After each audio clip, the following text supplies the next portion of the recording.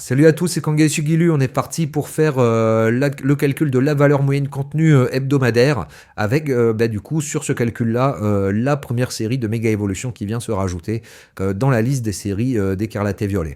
Allez, c'est parti, on passe ça en revue. On va commencer justement par cette première série de Méga Evolution avec un point de départ assez bas en fait, hein. On voit que ça c'est le premier calcul que j'avais fait à 4,82 et là on est tout de suite descendu à 3,87. Alors c'est normal hein, que la série baisse très fort au lancement, hein, c'est ce qu'on a pu constater déjà sur Foudre Noire, Flamme Blanche et Rivalité Destinée, mais on voit qu'on part de plus bas. Et on s'est déjà établi ici à 3,87, alors que 3,87, vous voyez, c'est un point qui avait atteint Étincelle déferlante bien après son lancement. Également Aventure Ensemble, hein, qui pourtant est vraiment pas une série qui fait des étincelles. Pour le coup, celle-là était encore à 3,89 fin mai, alors qu'elle a été déjà lancée depuis un petit moment. Donc on est quand même sur une série qui, 3-4 jours après son lancement, est déjà relativement basse.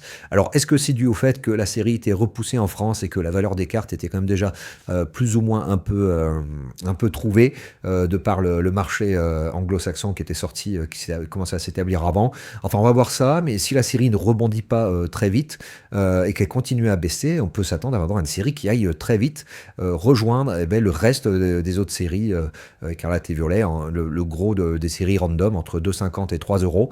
Moi, je pense que je m'attends à une série plutôt OK+, hein, qui est quand même pas mal tirée par des alternatives assez puissantes et ses cartes gold. Donc, je pense que s'établira un petit peu au-dessus du peloton, mais pas non plus énormément, enfin très très haut. Voilà, moi, comme je vous avais dit, je m'attendais à une série OK+, là-dessus. Si on regarde la valeur des différentes cartes, on voit ici les deux cartes gold qui s'établissent, une à 300 et une à 400. Le Lucario, il vaut plus cher. Enfin bon, voilà, c'est juste la prise de température là qui donne ces prix-là. Les alternatives ont des bons prix, hein, elles ont des prix élevés. Vous voyez ici 200 euros pour le Méga Florizard, on a 187 pour le Méga Lucario, 145 pour le Méga Latias, à peu près pareil pour le Méga Florizard. Non, c'est 205, c'est le Méga Gardevoir, c'est vrai que cette carte-là est vraiment superbe. Donc voilà, du coup on a des alternatives plutôt qui s'établissent à un bon prix.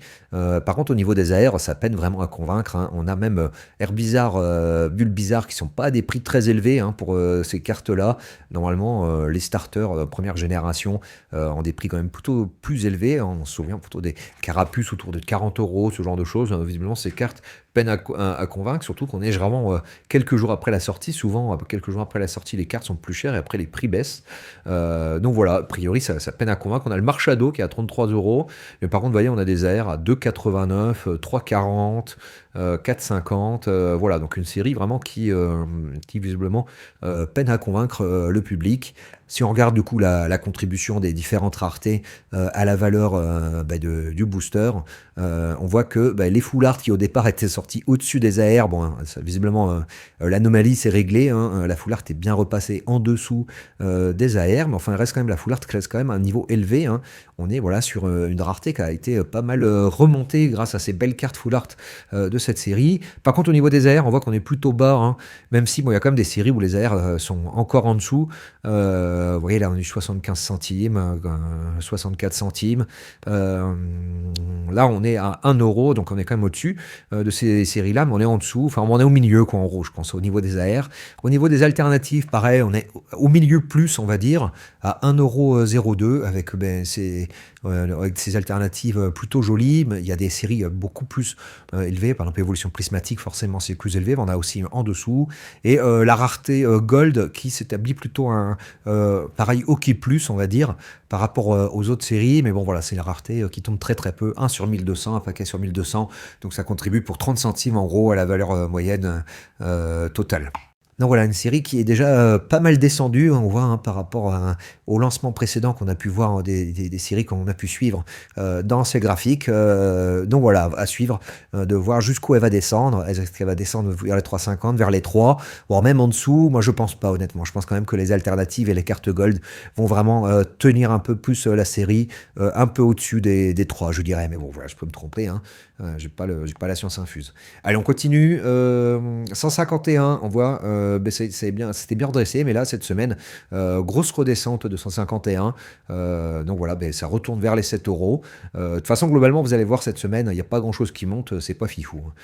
Destinée de Paldea, qui continue de monter. Hein, donc voilà, c'est vraiment passé la deuxième série de toutes, et puis ça semble se confirmer, la troisième commence à être un peu loin.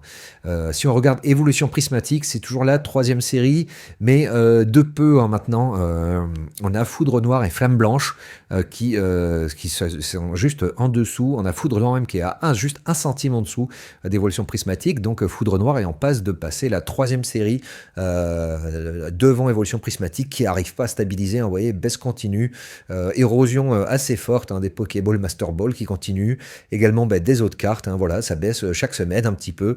Elle n'arrive pas à trouver un plancher et cette érosion ne prend pas fin.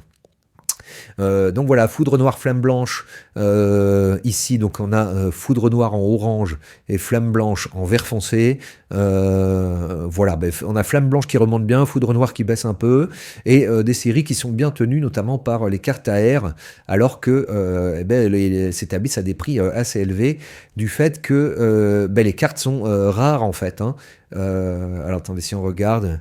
Foudre Noire, Flamme Blanche, vous voyez, on a 2 euros de moyenne, de valeur moyenne pour les AR, c'est énorme. Hein. On est quasiment au niveau de 151. Et ça, c'est vraiment lié au fait que il y en a énormément différentes par série. Et même s'ils ont doublé le taux de drop, ça permet pas de compenser l'augmentation du nombre de cartes sur la rareté. Et du coup, chacune des AR est plutôt rare. Et d'ailleurs, on a pu constater qu'il y a même j'ai des points de mesure où j'ai 0 euros parce que il n'y avait pas de cartes disponibles sur le marché. Et donc on a une pression à la hausse sur le prix des cartes, en plus des AR qui sont plutôt belles, hein, même si les Pokémon sont plutôt pas connus, par contre les cartes sont belles, et voilà, visiblement c'est des cartes qui plaisent. Et puis bon, après il y a 2-3 petits trucs en plus, hein. Typiquement il y a une carte qui fait penser au Mew Bubble, Meios je crois, qui s'appelle, ou Symbiose, je ne sais plus lequel des deux, et donc du coup il y aura une petite hausse de cette carte rapport à ça. On a le Crépuscule aussi dessiné par Shuji Kanda. Enfin voilà, il y a 2-3 petits trucs autour, mais de toute façon ces cartes-là sont diluées dans un grand nombre d'AR, donc elles n'ont pas tant un effet important que ça sur la moyenne. Et ce qu'on constate surtout, voilà, c'est que il y a une rareté de ces cartes du fait de la grande quantité d'AR qui se trouve dans cette série. Et donc ça fait en sorte que cette série Foudre Noire, Flamme Blanche se tient bien au niveau des prix. On va voir un peu comment tout ça évolue sur la durée. Rivalité destinée, on a une petite baisse cette semaine. Mais rien de spécial à ce niveau-là. Alors, on va descendre d'un niveau, on va zoomer un peu en dessous, on va dire, elle va aller directement ici. Hop, hein, on va regarder Étincelle déferlante qui était quand même en belle chute libre et là qui depuis quelque temps se redresse. Voilà, elle était arrivée jusqu'à 3,40 et là elle commence à se pointer, à s'orienter plutôt vers les 3,50. Donc petite remontée. Fable nébuleuse qui continue de remonter un petit peu, toujours un peu là, autour de 3,50 également, dans ces eaux-là. Donc là, on a les moyennes, on les verra plus tard dans un graphique à la fin. Ici, donc en violet, Aventure Ensemble, excusez-moi, qui n'en finit pas de chuter aux enfers, avec vraiment là une chute vertigineuse cette semaine, qui s'en va vers les 2,89. Et voilà, la série n'en finit pas de descendre. Hein. Là, ça descendait relativement doucement, là, mais là, on dirait que il y a plus de plancher. Hein. C'est en chute libre. À voir jusqu'où elle va aller. Hein, si elle va aller rejoindre Flamme Obsidienne dans les bas-fonds. Moi, je pense pas quand même. Hein. Je pense qu'à un moment, elle va se redresser parce qu'il y a quand même des belles AR, des alternatives assez intéressantes. Bon, je l'imagine pas descendre à l'infini. Mais voilà, là, clairement, Aventure Ensemble, c'est un peu la descente aux enfers pour cette série-là. Alors après, qu'est-ce qu'on a là? On a Faille Paradoxe qui descend un petit peu. On va passer rapidement, ce sont les dernières. Évolution Paldea qui descend encore un petit peu.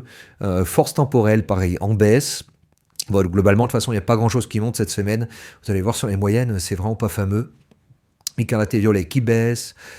Couronne Stellaire, ça baisse. On a Mascarade Crépusculaire et Flamme Obsidienne qui se redresse un peu.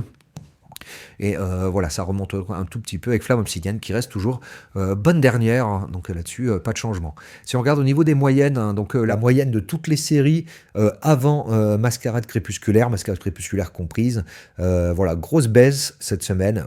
On est passé d'une moyenne de 3,73 à 3,68, donc on a perdu 5 centimes de valeur moyenne contenue, c'est quand même assez important, une baisse importante. Et au niveau, même moyenne calculée, mais jusqu'à Aventure Ensemble, là on est passé sous les 3,50, on est à 3,49. Voilà, donc on est sur des cartes quand même qui ont du mal à garder leur valeur, hein. On voit que la valeur de s'érode petit à petit et les séries n'arrivent pas à atterrir, voire à remonter, malgré Noël qui arrive. Donc voilà, ça c'est plutôt pas forcément très rassurant pour Pokémon, le fait que les cartes n'arrivent pas à garder leur valeur et à s'établir et faire en sorte qu'à un moment ça finisse par pas forcément remonter, mais au moins arrêter de descendre. Alors moi je suis plutôt investisseur dans le scellé, donc on pourrait penser que c'est pas forcément important, que c'est autre chose, parce qu'en plus on a pu voir une décorrélation entre la valeur du scellé et des cartes qui sont à l'intérieur, sur les items plus anciens. Mais moi je continue de penser que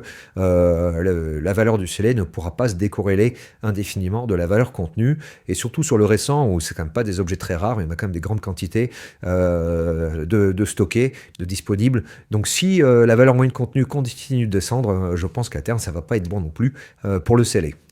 Bon, mais voilà, c'était la petite analyse de la semaine de la valeur moyenne contenue. J'espère que la semaine prochaine, on va avoir une meilleure QV, parce que cette semaine, ça pique un peu. N'hésitez pas à mettre un petit pouce, à vous abonner à la chaîne. C'était Kangé sur Glu. Je vous dis à bientôt.